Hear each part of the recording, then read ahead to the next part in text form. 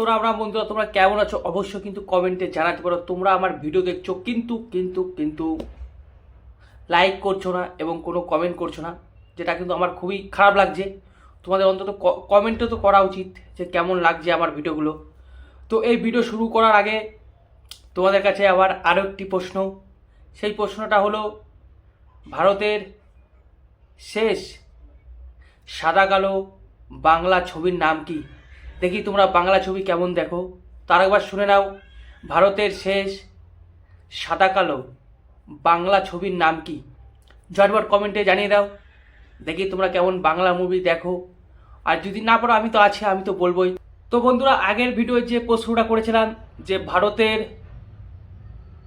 কোন ছায়াছবিতে বা কোন মুভিতে সর্বপ্রথম মোবাইলের ব্যবহার দেখানো হয়, এখানটা তোমরা অনেকেই উত্তর দিয়েছো, অনেকে উত্তর দিতে পারোনি।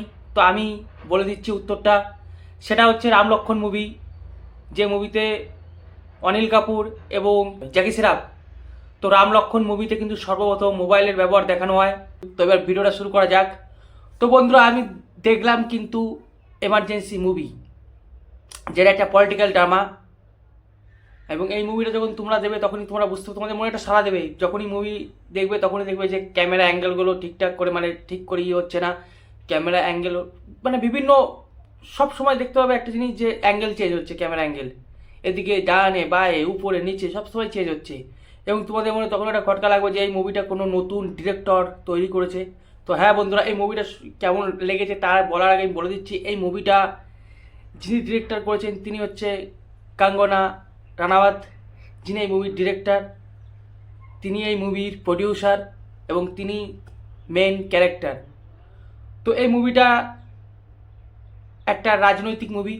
সবাই যেই জিনিসটা ভেবেছিল যে প্রাক্তন প্রধানমন্ত্রী মাননীয় শ্রীমতী ইন্দিরা গান্ধীজির একটা যে নেগেটিভ জিনিস দেখানো হবে, কিন্তু এই বইটা আমি যখন দেখলাম তখন আমি বুঝতে পারলাম না, সমস্ত চিন্তা ভাবনা যে যারা কি ভাবছিল তারা ভুল ভেবেছে। এটা কোনো নেগেটিভ কিছু দেখানো হয়নি। এখানে ইন্দিরা গান্ধীজির পুরো লাইফ জার্নি দেখানো হয়েছে। মানে ছোটোবেলা থেকে স্কুলে পড়া থেকে কলেজে পড়া থেকে রাজনীতিতে নামা, তারপর দেশের প্রধানমন্ত্রী, তারপর 1971 সালের যুদ্ধ এবং পাকিস্তানের 94,000 সৈন্যর আত্মসমর্পণ ভারতের কাছে, তারপর বাংলাদেশের জন্ম, যেটা আমার এখন মনে হচ্ছে 2025-এ এসে সবথেকে বড় ভুল হয়েছিল বাংলাদেশকে স্বাধীন করে। বাংলাদেশকে তখনই ভারতের একটি অঙ্গরাজ্য তৈরি করতে হতো। অবশ্য তোমাদের কি মতামত কমেন্টে কিন্তু জানাতে পারো। তো এই ব্যাপারে কিন্তু মুভি, এবং তারপরেই আছে কিন্তু সেই ঘটে যাওয়া সব থেকে রাজনৈতিক, অরাজনৈতিক বা কন্ট্রোভার্সি জিনিস, এমার্জেন্সি। এমার্জেন্সি কখন লাগে? যখন কোনো যুদ্ধ পরিস্থিতি আসে তখন কিন্তু এমার্জেন্সি লাগে। কিন্তু কোনো যুদ্ধ পরিস্থিতি ছাড়াও যে পৃথিবীর ইতিহাসে এমার্জেন্সি লাগানো যায়, সেটা কিন্তু এই মাননীয় প্রধানমন্ত্রী ইন্দিরা গান্ধীজি দেখিয়েছিলেন সেই সময়কার গোটা ভারতবর্ষে যখন এমার্জেন্সি লাগিয়েছিল। তো আমি একটা কথা বলবো যে এই মুভিটার নাম এমার্জেন্সি না রেখে ইন্দিরা রাখা ভালো হতো, সবথেকে ভালো জিনিস ছিল। কারণ যেহেতু ইন্দিরা গান্ধীর সমস্ত দিকই কিন্তু দেখিয়েছে, ভালো দিক, খারাপ দিক এবং সাংসারিক জীবন।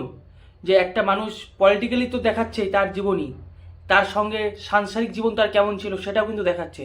এবং আমার কোথাও না কোথাও মনে হয়েছে, দর্শকের মনে একটা প্রশ্ন জিজ্ঞেস করেছে যে যে সমস্ত পলিটিক্যাল মানুষ, তাদের তো আমরা সবসময় দেখি, বর্তমানে যাদের দেখছি তাদের রাজনৈতিক জীবনটা তো দেখছি, কিন্তু তাদের যে ব্যক্তিগত সত্তা, তাদের যে সাধারণ মানুষের মতন যে সত্তা, সেই সত্তাটা ঠিক কীরকম কাজ করে এবং তাদের যে সাংসারিক জীবন সেটা ঠিক কীরকম, সেটা কিন্তু অনেক ক্ষেত্রে মানুষের জানার ইচ্ছা হয়।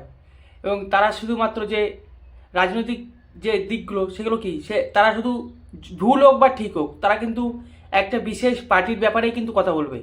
কিন্তু আমরা যেমন সাধারণ মানুষ, আমার তো কোনো পার্টি নেই ভাই, আমরা যেটা সঠিক সেটা সঠিক বলতে পারি, যেটা ভুল সেটা ভুল বলতে পারি। কিন্তু একটা রাজনৈতিক ব্যক্তি কিন্তু তা পারে না, কারণ তার পার্টি যদি ভুলও করে সেই পার্টিকে কিন্তু সমর্থন করতে হয়। তো সেই হিসেবে একটা জিনিস মানুষের মনে একটা প্রশ্ন মানে জাগে এই বইটা দেখার পর, যে একটা রাজনৈতিক জীবন এবং একটা সাংসারিক জীবন সম্পূর্ণ দুটো কিন্তু আলাদা, সেটা কিন্তু এখানে তুলে ধরা হয়েছে। এবং এখানে তোমরা দেখতে হবে ভালো দিক খারাপ দিক, আগেই বললাম। তো ওভারঅল আমার মুভিটা কিন্তু ভালো লেগেছে।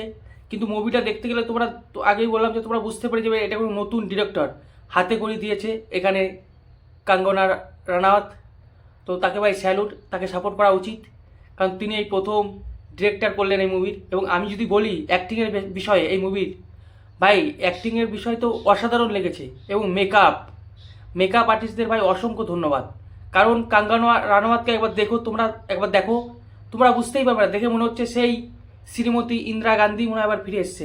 মানে এত সুন্দর লাগছে তাকে, এত সুন্দর মানিয়েছে। আর যদি বলো যে 500 ক্যারেক্টার, যে সকল 500 ক্যারেক্টার, তাদের ভাই আমার খুব ভালো লেগেছে। তাদের মধ্যে একজনকে ভালো লেগেছে, স্যার মানিক শ। ভাই যাকে কিন্তু ভারতবাসীরা সারাজীবন মনে রাখবে, কারণ 94,000 পাকিস্তানি সেই আত্মসমর্পণ তার কাছে কিন্তু করেছিল। তোমরা সেই জিনিসটা তো দেখবে ইতিহাসে। স্যার মানিক শ, তার ক্যারেক্টারটা কিন্তু আমার খুব ভালো লেগেছে।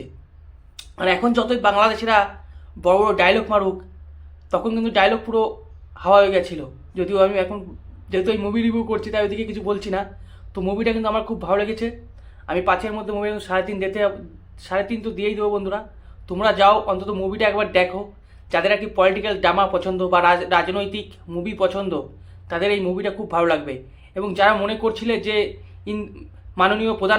প্রাক্তন মাননীয় প্রধানমন্ত্রী ইন্দিরা গান্ধীর বিরুদ্ধে নেগেটিভ জিনিস দেখানো হবে, তারা তো অবশ্যই যাও একবার, কারণ এখানে কোনো নেগেটিভ জিনিস কিন্তু দেখানো হয়নি।